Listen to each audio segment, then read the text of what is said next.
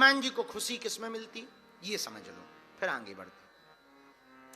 राम रसायन तुम्हारे पास सदा रहो, रघुपति के दास। हनुमान जी को खुशी किसमें मिलती, प्रभु चरित्र सुनवे को रसिया, राम लखन सीता मन बसिया। भगवान की कथा सुनने में हनुमान जी को बड़ी प्रसन्नता मिलती। एक काम और हनुमान जी को करने में खुशी मिलती, राम काज करिबे को आतुर, विद्या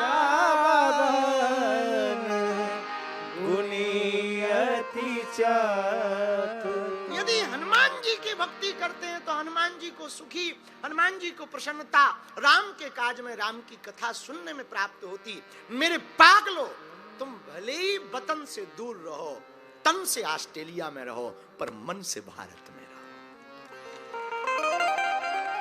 मन से भारत में रहोगे, जीवन बदल जाएगा। हनुमान जी लंका में माता जानकी जी को मिलने के लिए गए।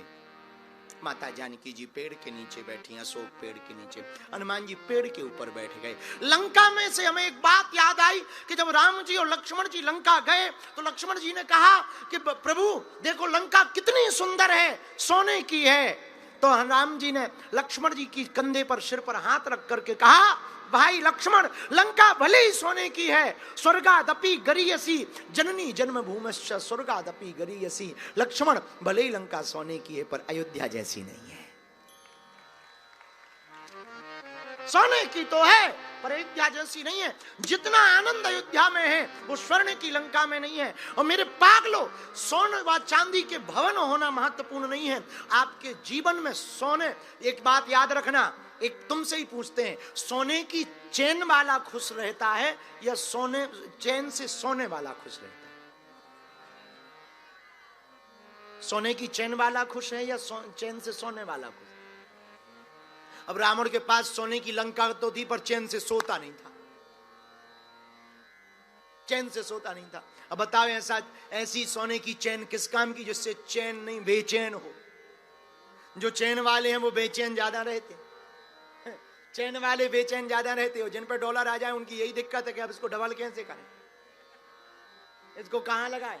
आओ, एक मकान बन गया, इसके एक मकान ले लिया, उसके ऊपर दूसरा कैसे लें, और पहले वाले को फाइनेंस कैसे करवाएं 98%, और उसमें से निकाल करके कितने बचे। ये झंझट बड़ा लफड़ा है, दिन न रात यही लफड़ा है, चलता ही रहता है यही। तो अब तुमसे ही पूछते हैं कि सोने की चैन वाला खुश है कि चैन से सोने वाला खुश है?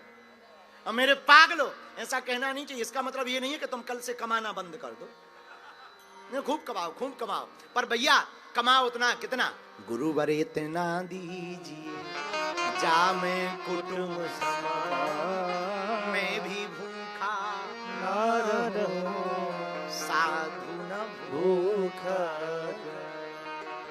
भैया इतना दो कि कोई साधु भूखा ना जाए, बस बाकी भगवान की कृपा में जो मिले उसमें भगवान को धन्यवाद दो। प्रभु तेरा लाख लाख धन्यवाद है। और धन्यवाद इसलिए देना चाहिए भगवान को, उन्होंने मनुष्य का तन दिया।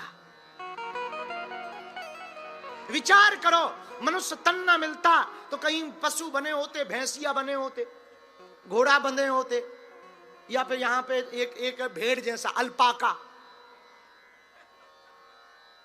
बने होते, कूंद रहे होते। हो गया सीताराम। भगवान की बड़ी कृपा, मनुष्य तन मिला। बड़े भाग्य मानुष तन, पहला भाग्य है, बड़े भाग्य से मनुष्य तन मिला। लेकिन दूसरा भाग्य भी हम तुम्हारी सराहना करेंगे मेरे पागलो। दूसरा भाग्य ये है, भारत जैसा वतन मिला। भले ही तुम करोड़ों दूर हो, हजारों किलोमीटर दूर हो अपने देश से, पर हम एक प्रार्थना करेंगे। एक बात हमें ऑस्ट्रेलिया की बड़ी चुभी, हम यहाँ की पार्लियामेंट में तो नहीं कह पाए। पार्लियामेंट में जब हम गए थे तब बहुत देर तक हमारे प्रवचन हुए शांति पर, विश्व शांति पर चर्चा हुई। 15 तारीख को भी यहाँ सिडनी के ओपेरा हाउस में है, लेकिन हम एक बात बोले, हमें एक बात बहुत चुभी आपकी ऑस्ट्रेलिया में, शायद तुम्हें बुरा लगे और लग जाए तो हमें कोई मतलब भी नहीं है, हमें कौन सा तुम्हारे यहां वापस फिर आना है, और आ भी जाएंगे तो क्या करोगे। हम तो साफ सीधा कहेंगे, गुरु तो सत्य नहीं बोलेगा तो कौन सत्य बोलेगा।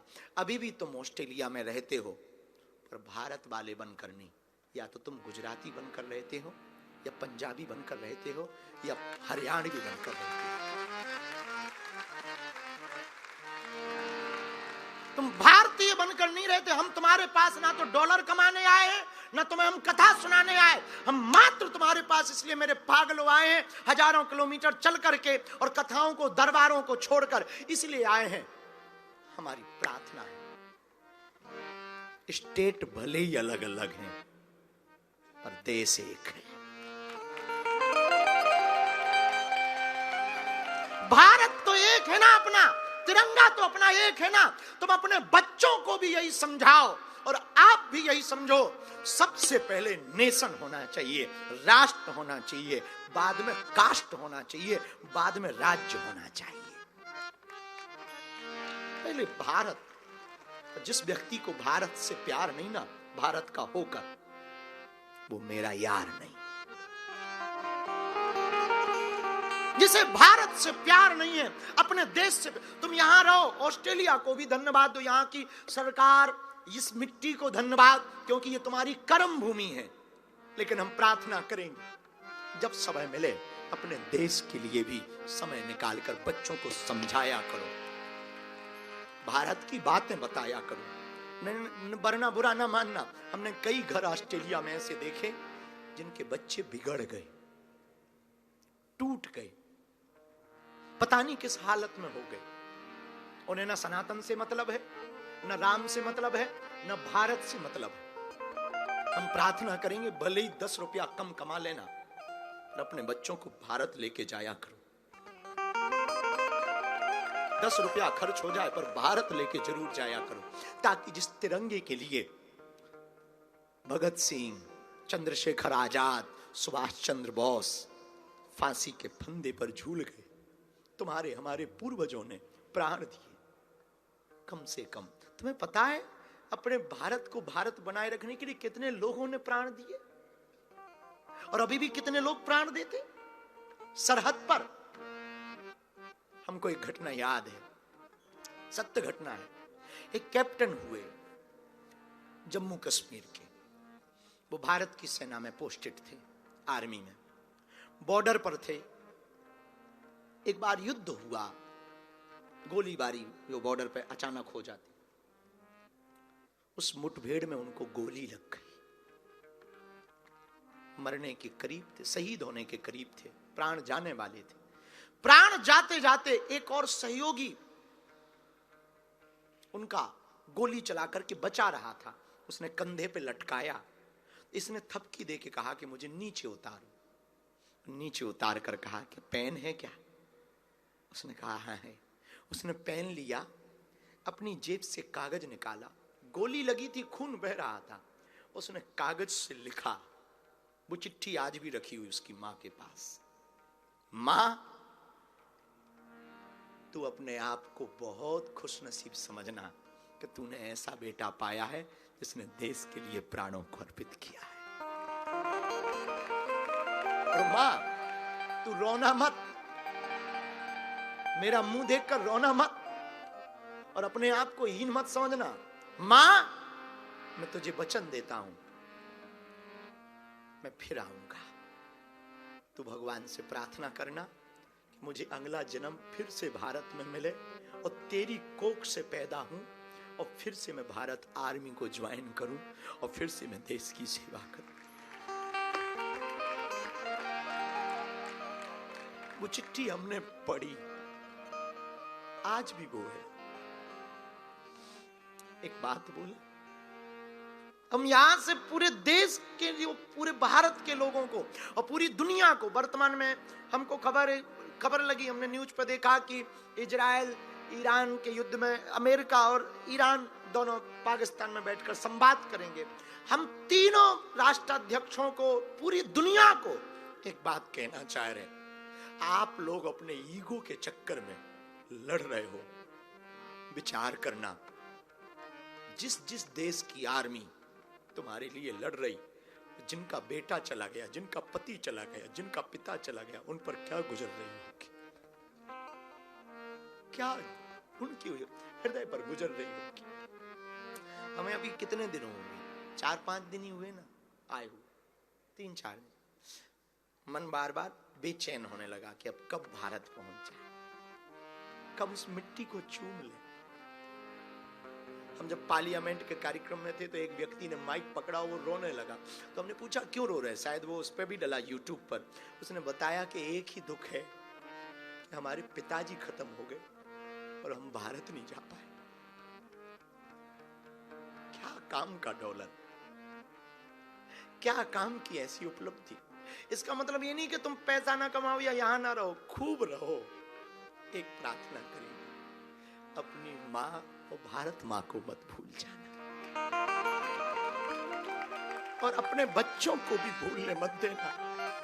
वो मिट्टी, वो अपना गांव, वो अपनी सड़कें, वो खेत खलिहान खुद भी याद करना, बच्चों को भी कराना। जब मौका लगा करें, भारत जरूर आ जाया करो, जरूर आ।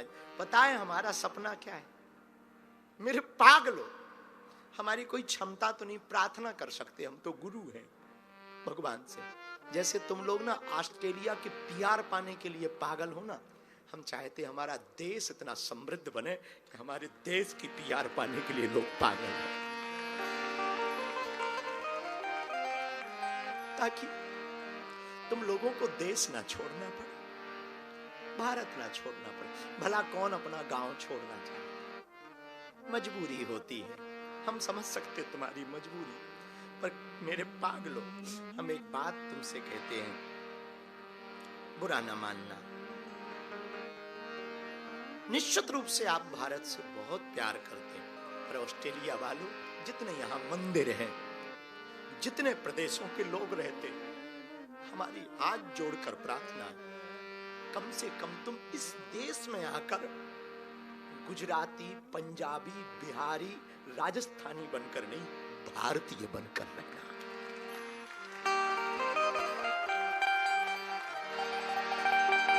यदि हमारी बात मानो, वरना तो ठीक है, अब तुम्हें जो लगे सो तुम करना, हम तो गुरु हैं, प्रार्थना कर सकते हैं। लेकिन एक बात तो पक्की मान लेना, हमने बोला था पिछले समय में, आज फिर बोलते हैं, जिस महाभारत के लिए युद्ध हुई थी वो जमीन आज भी डली हुई है, और महाभारत में लोग निपट गए। और तुम जिस पंथ प्रदेश के नाम पर और परंपराओं के नाम पर लड़ रहे ना आपस में, हमें नहीं लगता कि ऊपर वाला खुश होगा, न तुम्हारा भगवान खुश होगा, न भारत माता खुश होगी।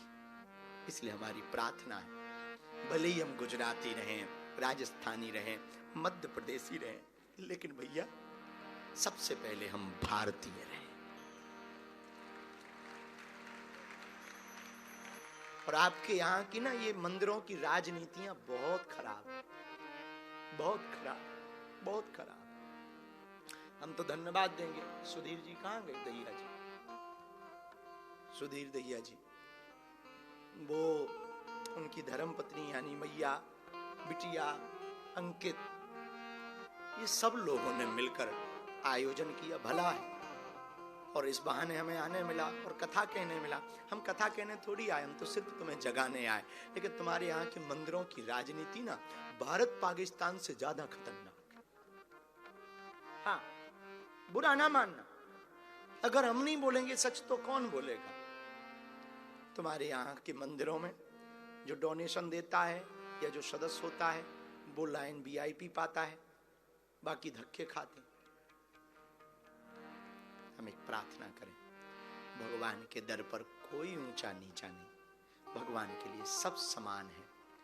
कम से कम ऑस्ट्रेलिया में तो छोड़ दो, और ये प्रण लेकर जाना। हमें लगता है यहाँ हर प्रदेश का व्यक्ति सुन रहा है हमारी कथा को। पर्थ में, पंजाब से कौन कौन, बहुत लोग, हरियाणा, हरियाणा वाले, गुजरात, द्वारकानुनाथ, मध्य प्रदेश, दिल्ली,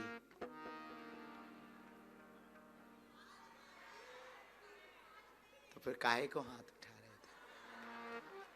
भारत से कौन कौन, भारत से कौन कौन? पक्का है? आज से थोड़ी सी कोशिश करोगे आप? है क्या जो हमने बात कही उस पर अमल करने की थोड़ी कोशिश करोगे क्या? यदि आप करोगे ना, सच में यही हमारी दक्षिणा होगी।